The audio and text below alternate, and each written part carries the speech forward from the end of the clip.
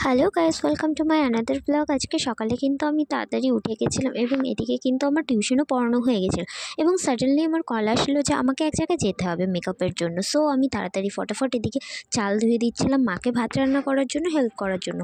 চান করে নিয়েছি। আর সত্যি বলতে আজকের ওয়েদারটা দেখো কি ঠান্ডা।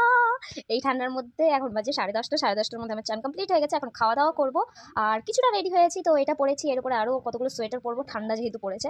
তো চলো আপাতত খাওয়া দাওয়াটা করে নিই, তারপরে রেডি হয়ে বেরিয়ে পড়বো। চলো। ওকে মা, আসলাম। সো গাইজ, আমি রেডি হয়ে বেরিয়ে গেছি। ওকে, তো চলো আমার কাজে যাওয়া যাক।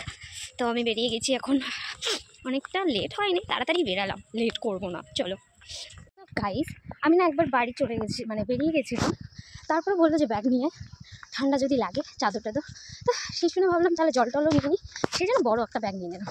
চলো এবার যাওয়া যাক। বারবার বাড়ি যাওয়া আসা করতে করতে আমার কিন্তু লেট হয়ে গেছিলো, তাই আমি ফটাফট টোটোতে করে চলে গেলাম যেখানে আমার যাওয়ার ছিল, মানে ওই আমাদের মেকআপ ক্লাস যেখানে হয় সেখানে। তো এখানে আসার পরে দেখি জয়ও নেই, গোবিন্দও নেই, আর এদিকে অন্তরাদির আসার কথা সেও নেই। তো অনেকক্ষণ দাঁড়িয়ে থাকলাম, তারপরে দেখতে পেলাম জয় আসলো। জয় আসার পরে স্টোর রুম থেকে জিনিসপত্র বের করছিল, যেহেতু রুমটা না এখনও ঠিক করা হয়নি, কিছুটা ঠিক করেছে, তাই কিছু জিনিসপত্র বের করলো স্টোর রুম থেকে। দারুণ লাগছে, দারুণ দারুণ। হিরো কোথায় যেন গেছে।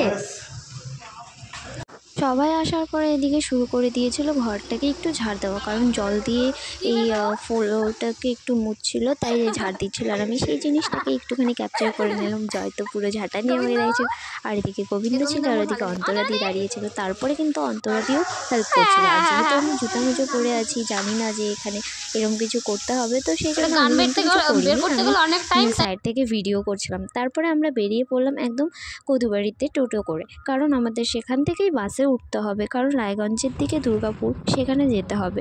তো অনেকটা দূরত্ব যেহেতু, তো এদিকে দাঁড়িয়েছি এক একজন আরেকজনের ঘাড়ের উপরে, এত ভিড় কি আর বলবো।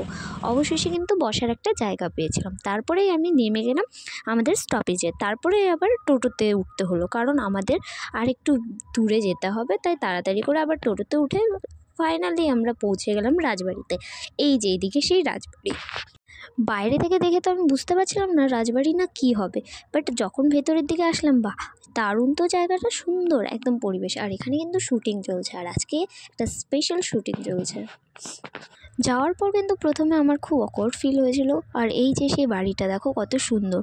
অ্যাকচুয়ালি প্রথমে মনে হচ্ছিলো আসার পরে কেউ চিনি না, জানি না, কারোর সাথে কথা নেই, চুপচাপ এক কোনায় দাঁড়িয়েছি, কাজও সেরমভাবে বুঝতে পারিনি। চলে এসেছি, রাজবাড়িতে পৌঁছে গেছি, আর আমি এটা রাজবাড়ির পেছন দিকটাতে আছি।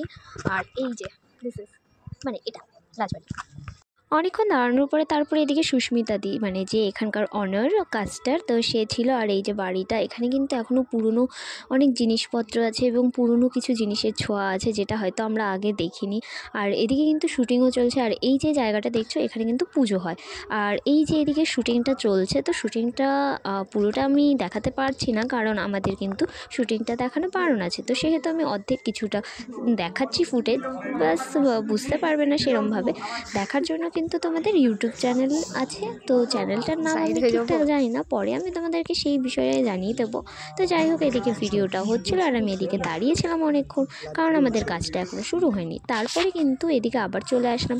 এদিকে সব কিছু তো রেডি করছিল যে কোনটা কখন কোন শুটিং হবে, এবং বাড়িটা সত্যি বলতে খুব ভালো লাগছে। আর এই বাড়িতে কিন্তু এখনও মানুষজন থাকে, আর বাড়ির মানুষেরাও এর মধ্যে আই থিঙ্ক ইনভলভ হবে। আর এদিকে পুজোর জন্য যে আগেকার যুগে বলতো না ঠাকুর দালান, এইটা হলো সেই ঠাকুর দালান কিন্তু। আর ঠাকুর দালানের ঠাকুর না থাকলেও জায়গাটা ভীষণই সুন্দর, আর এত সুন্দর জাস্ট বলার মতো না।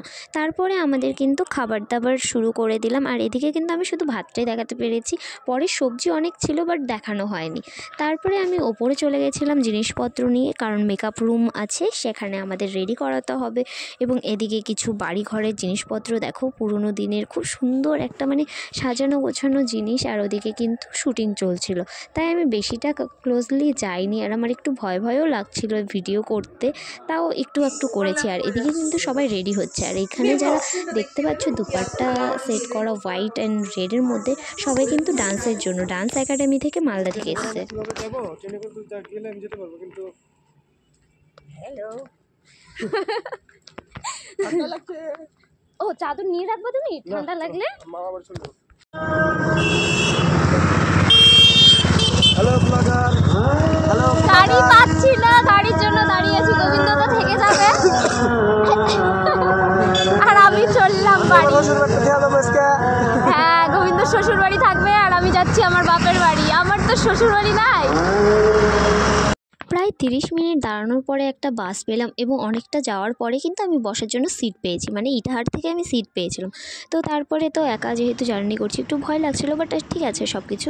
তারপরে আমি একদম নেমে গেলাম বাস থেকে স্ট্যান্ডে, একদম কদুবাড়িতে, কারণ আমাদের বাস স্ট্যান্ড পর্যন্ত কিন্তু বাস আসবে না।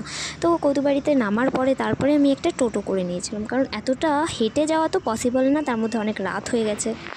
সো গাইজ আমি বাড়ি চলে এসেছি আর এখন বাজে প্রায় 9টার কাছাকাছি, 8:30 বাজে, 9টা না। তো যাই হোক, আজকে যা ভিড় ছিল তার মধ্যে বাসে বসতে পেরেছি, এটাই অনেক। তো যাই হোক, এখন তো আমি বাড়ি চলে এসেছি, এখন খাওয়া দাওয়া করে আজকের মতো কমপ্লিট। সো আজকের মতো এতটুকু, দেখাচ্ছে আবার নেক্সট ব্লগে। Tata, good night.